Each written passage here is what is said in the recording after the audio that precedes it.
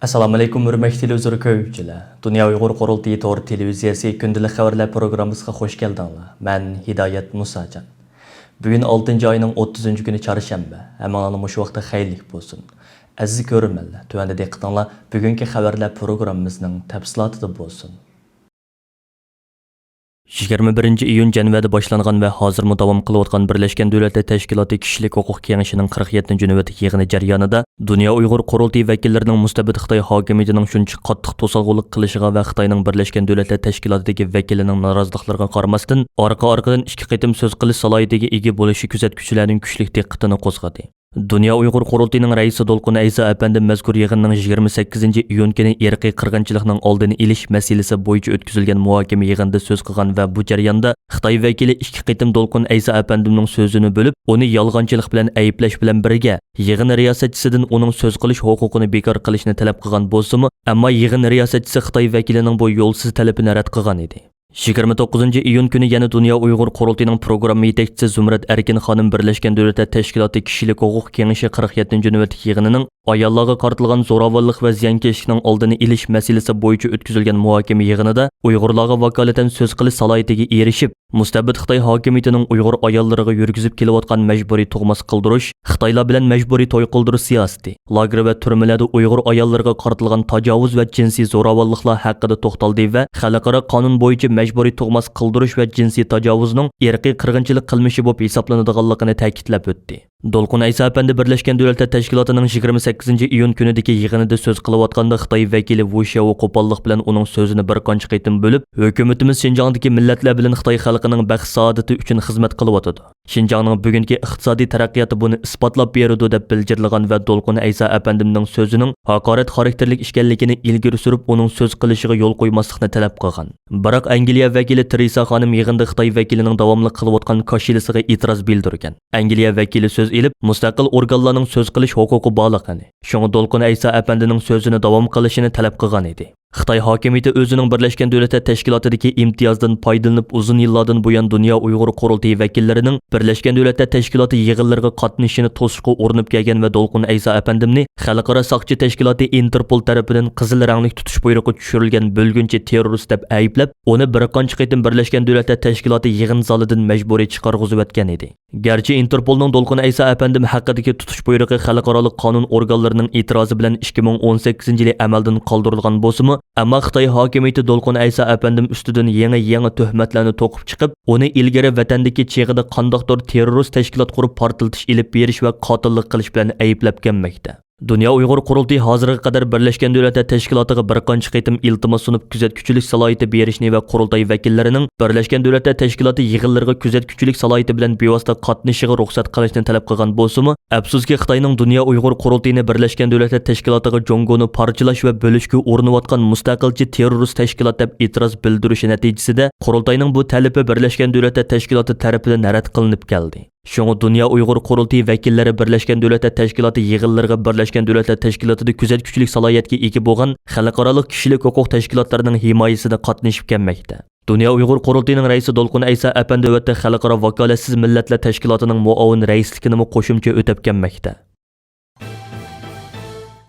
1921-yili 7-oyning 1-kuni insoniyat dunyosidagi eng zaharlik mikrob sifatida o'ttirga chiqqan Xitoy Kompartiyasi o'zining qurilganligining 100-yilligini tantani bilan qutlaqlayotgan bir paytda Dunyo Uyg'ur qurultiyi maxsus bayonot e'lon qilib, Xitoy Kompartiyasi bo'lsa dunyoda davlat qo'llashi ostidagi eng vahimlik jinoyatchilar guruhidan iborat deb ko'rsatdi. Garchi Xitoy hukumatı o'zining iqtisodiy jihatdagi yuksalishini Xitoy Kompartiyasining o'tgan bir asrlik muvaffaqiyatining natijasi sifatida bozorga selayotgan bo'lsa-mu, ammo bu hokimiyatning mustamlikasi ostida yashayotgan xalqlarning haq, huquq va erkinligining barg'ansir yomonlashib ketayotganligi ta'kidlangan bayonotda Dunyo Uyg'ur qurultiyining raisi Dolqun Aysa apandimning tövandagi so'zlariga o'rin berilgan. Kommunist Xitoy hokimiyati Beijingda qutlaqlash ilib berayotgan shu kunlarda biz o'tgan bir asrda Xitoy kommunistlari tomonidan haq huquqlari og'ir darajada dafsanda qilinib ziyonkashlikka uchirgan butun qarindoshlarimiz uchun motam tutyapmiz. Bu bir asrda bizning asosliq haq huquqlarimiz butunlay nobud qilindi. Xitoy Kompartiyasi bo'lsa dunyoda davlat qo'llashi ostidagi eng vahimlik jinoyatchilar guruhidan iborat.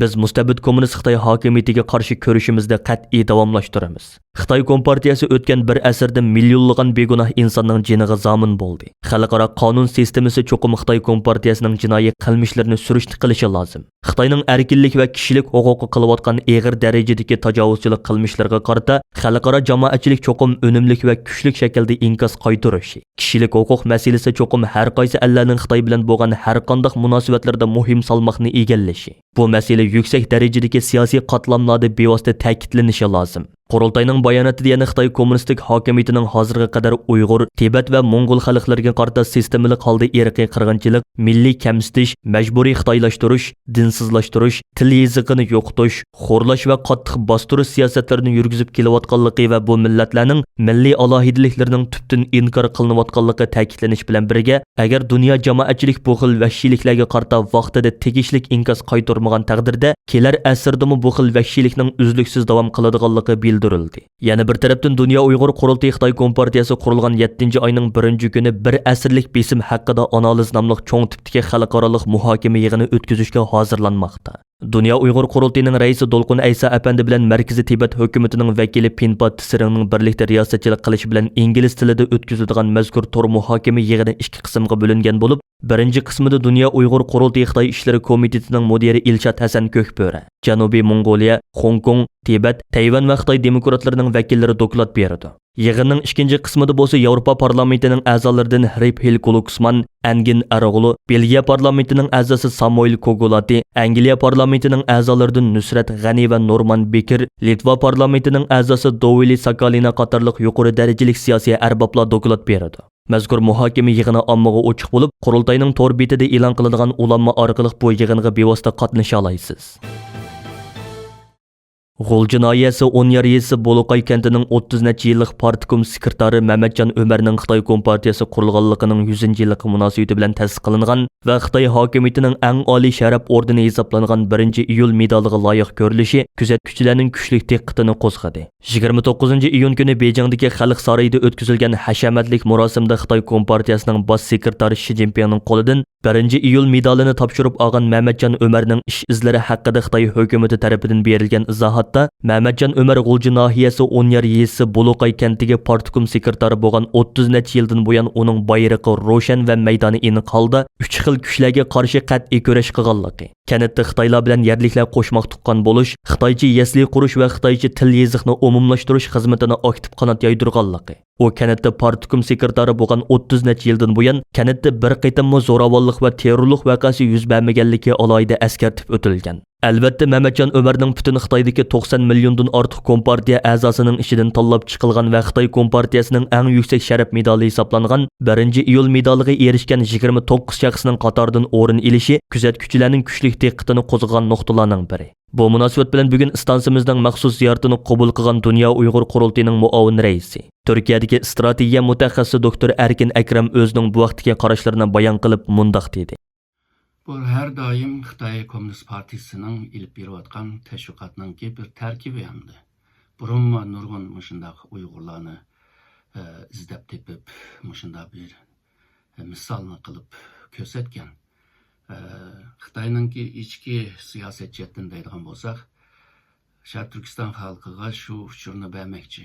Agarda partiyani qabul qilsanglar, bizning qurgan davlatimizni qabul qilsanglar, ularni suysanglar, buningki mukofoti bor deganni bildiryapti. Ikkinchisi, Xitoy xalqiga buni tushuntirishga tirishyapti. Sharq Turkistonda yolg'izlar bu mustaqilchilar emas, shundaqlar bizni yaxshi ko'radigan, bizga beqindigan, bizni suydigan odamlarmi bor deganni ko'rsatdi. Chet elga qarta degan vaqtida bo'libmi shu xalqaro jamoatga shu uchurni beryapti. Sharq Turkistonda hammasi Xitoy hokimiyatiga qarshi chiqmayapti. Mana bizni yaxshi ko'radigan, bizning siyosatimizni qo'llaydigan va bizningki buyruqlarni, siyosatlarni ijro qila oladigan manda Uyg'urlarmi bor deganni bildirmoqchi. Hamda chet eldagi diasporadagi Sharq Turkistonliklarga o'xshash bu uchurni bermoqchi. Yani o dava qilaman deb chet elda harakat qilgan bilan meyadima nurgun Uygurlar bizni kollaydı. Sizlerge karşı hareket kılıvadıdı. Şununla bunu bilip koyunlar. Eğer de bizni kollap kalgan takdirde bana bizmi muşunda mukafetlerini berip, madalya berip, sizlerni özümüzdeki halkıda körümüz degen bir uçurunu berivatıdı. Halbuki bu bir siyasi teşvikat bolganlığını dedik. Bununki maksati hem de mevcut bolgan Şarkı Türkistan'da elip berivatkan bu zulüm siyasetini düşürmek. Yani onda bir nesinin bolmaganlığını hem Xitay içindeki halkıga hem de chet eldeki bu halkara cemaatga bunu köz tutuşqa tirişivatıdı. Sodaning ishki ahvoli to'g'rida e'lon qilingan bir maqolda ko'rsatilishicha Trump davridan keyin Amerikaliklarning Xitoyga bo'lgan qarashi o'zgargan. Ya'ni Amerikaliklar o'zidan mag'rurlanishni tashlab, Xitoyning tahdidiga hushyor bo'lishga boshlagan. Amerika xalqidagi bu yuzlanish Amerika Davlat Majlisida aks etgan bo'lib, Cumhuriyatchilar bilan demokratlarning Xitoy tahdidiga birlikda taqobil turish maydonida tarixda oz ko'rilgan birlik ittifoqlik shakllangan. Amerika Kengash palatasi yaqinda ma'qullagan strategiyalik raqobat qonun loyihasidagi mazmunlarning ko'p qismi Xitoyga munosabatli bo'lib, Xitoyning ig'vogarchiligi va dunyoni kontrol qilish g'arizida ilib berayotgan kengaymichilik harakatini to'sish muhim nishon qilingan. Hatto bu sababdan kelgusida Xitoy bilan to'qinish yuz berishi mumkinligi nazarga ilingan. Amerika siyosatchilari o'tirg'a qo'ygan fikr va tadbirlar ichida eng ko'zga ko'rinarli bo'lgani Amerikaning Tayvanga qaratgan siyosatiga tub o'zgarish bo'lib, Amerika garchi bir Xitoy prinsipiga amal qiladiganligini aytib kelayotgan bo'lsa-mu, bu qitimliq qonun loyihasida Tayvanni Xitoydan ayirib etish Amerikaning muhim manfaati deyilgan. Demak, bu qonun loyihasi Amerikaning 1979-yildan beri yo'lga qo'yib kelayotgan Xitoy bilan Tayvan munosabatida Xitoyga yo'l qo'yish va o'zaro to'qinishmaslik siyosatini bekor qiladi ekan. Erkin Osiyo radiosuning xabar qilishicha, kishilik huquq xalqaro birligi 28-iyun bayonot e'lon qilib, Xitoy hukumatining Sharq Turkistondagi xalqlarga yurgizib kelayotgan qabih bostirish siyosati va zo'ravonliklarini insoniyatga qarshi jinoyat deb e'lon qilgan. Kishilik huquq xalqaro birligi 117 davlatdagi 192 organdan tarkib topgan xalqaro kishilik huquq tashkiloti bo'lib, 1922-yil qurilgandan beri dunyoning har qaysi joylaridagi insonlarning siyosiy, iqtisodiy, ijtimoiy va madaniy haqlarini qo'g'dashni nishon qilib kelgan. Kishilik huquq xalqaro birligining bayonotida mundaq deyilgan: Biz Xinjiangdagi Uyg'urlar va boshqa musulmon Turkiy xalqlarning davomli turda og'ir kishilik huquq ziyonkashligiga uchrayotganligiga diqqat qilyapmiz. Yaqinda berilgan muhim dokladlar Xitoy hukumatining Turkiy musulmonlarga insoniyatga qarshi jinoyat sodir qilayotganligini bildirmoqda. Bayonotning oxirida mazkur tashkilot tuvandagidek chaqiriq qilgan. 1. Birleşken Devletler Teşkilatı kishilik huquq oliy xodimlari Xinjiangdagi zo'ravonlik jinoyatlarini kuzatishi va uningga doir isbotlarni to'plab, bu masalani Birleşken Devletler Teşkilatıning kishilik huquq oliy kengashi va boshqa munosabatlik organlarga oshkora doklad qilishi kerak. 2. Birleşken Devletler Teşkilatı ishxonalaridagi alohida maslahatchilar bu jihatdagi xizmatlarni qo'llashi va moslashtirishi, sistemalik material aloqasini kuchaytirishi kerak. 3. Xalqaro jamiyat Xinjiangdagi zo'ravonlik jinoyatlarini mustaqil tekshirish, jinoyatchilarning qonuniy javobgarligini surishtirish hamda ziyonkashlikka uchrag'uvchilarga to'lam berish mexanizmi qurishni qo'llashi kerak.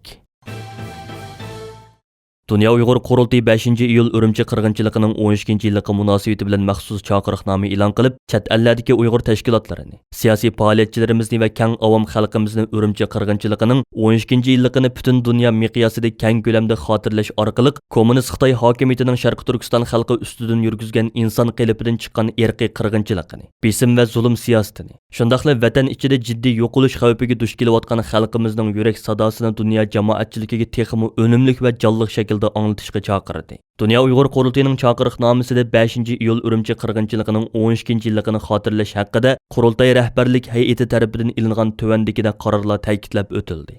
1. Urumchi qirg'inchiligining 12-yilligi munosabati bilan Birleşken Devletler Teşkilatı Kishilik huquq komitetiga, Yevropa va Amerika parlamentlariga, shundaqla har qaysi xalqaro kishilik huquq tashkilotlariga do'qnomidan Xitoyning Uyg'urlarga qarata yurgizayotgan irqiy qirg'inchiligi, zulm va besim siyosati fosh qilingan mazmunda norozilik maktubi yo'llanadi. 2. Har qaysi ellarda faoliyat ilib berayotgan tashkilotlarimiz va siyosiy faoliyatchilarimizning Urumchi qirg'inchiligining 12-yilligi munosabati bilan o'zdiri turishliq davlatlarning hukumat va parlamentlariga, shundaqla o'zdiri turishliq davlatlarda faoliyat ilib berayotgan har qaysi kishilik huquq tashkilotlari va ommaviy tashkilotlarga mustabid Xitoy hokimiyatining xalqimiz ustidan yurgizayotgan irqiy qirg'inchiliklari fosh qilingan norozilik maktubi yo'llashini iltimos qilamiz. 3. Үрümçi qirg'inchiligining 12 yilliqi munosabati bilan har qaysi tashkilot va jamoatlarimizning o'zlari turayotgan davlatlardagi turk islom tashkilotlarini, kishilik huquq tashkilotlarini va boshqa ommaviy guruhlarni safarbarlikka keltirib, ularning hamkorligi va qatnashishida bir tutash holda Xitoyga qarshi keng ko'lamli birlashma norozilik namoyishi uyushtirishini talab qilamiz. 4. Үрümçi qirg'inchiligi yuz bergan 5 iyul kunidan 7 iyul kunigacha dunyoning har qaysi ellarida yashayotgan Uyg'urlar agar o'zi turishliq davlatlarning qonuni yo'l qo'ysa, uyining balkonlariga va mashinalarga birdek holda Sharq Turkistonning oy yulduzliq ko'k bayrog'ini qadashga tirishishi va bu orqali o'zlarining Xitoyga bo'lgan noroziliklarini bildirishi lozim. 5. Bütün Sharq Turkiston tashkilotlari va siyosiy faoliyatchilarimiz 5 iyul kunidan e'tiboran 3 kungacha o'zlari boshqarayotgan internet sahifalarini, ijtimoiy taratqularni qoraytishini va rangsiz shaklda davomlashtirishini talab qilamiz. 6. Dunyoning har qaysi joylarida yashayotgan Uyg'ur qarindoshlarimizdan Urumchi qirg'inchiligi yuz bergan 7 oyning 5 kunidan boshlab bir haftagacha to'y-to'kin o'tkazmaslik, o'ltirish va turli shakldagi ko'ngil echish faoliyatlarini ilib bormaslik orqali o'zlarining 5 iyul shahidlarga bo'lgan ta'ziyasi va hurmatini izhor qilishni iltimos qilamiz. 7. Do'q diniy ishlar komitetining bir tutash tashkillashi ostida 5 iyul kuni dunyoning har qaysi ellarida bir tutash holda 5 iyul shahidlarini yod etish, ularning ruhi uchun nazar chiroq va duo tadbir faoliyatlarini uyushtirish lozim. Bo'libmi namoyish qilish imkoniyati bo'lmagan davlatlardagi tashkilotlarimiz va siyosiy faoliyatchilarimiz bu faoliyatga alohida ahamiyat berishi, hozirdan e'tiboran buning tayyorlik xizmatlarini jiddiy boshlashi lozim. 8. Do'q markazi organi va do'q tarkibidagi tashkilotlar o'zlari bilan yaqin munosabatda bo'lgan chet ellik jurnalist va muxbirlarni safarbarlikka keltirib, 5 iyul Urumchi qirg'inchiligining 12-yilliqi munosabati bilan asosli chet el matbuotlarida maxsus xabar, maqolalar va huzurlarning e'lon qilinishini qo'lga keltirish. Hozirdan boshlab ularni turli material manbalari bilan ta'minlashga kafolatlik qilish lozim. Hurmatli televizor ko'ruvchilar, yuqorida Dunyo Uyg'ur qurultiyi to'g'ri televiziyasi kundalik xabarlar programmasida diqqatingizga sundiq. Keyin qaytimliq programmamizni ko'rishaylik. Ko'rishga omon bo'lgaysizlar. Xayr-xush.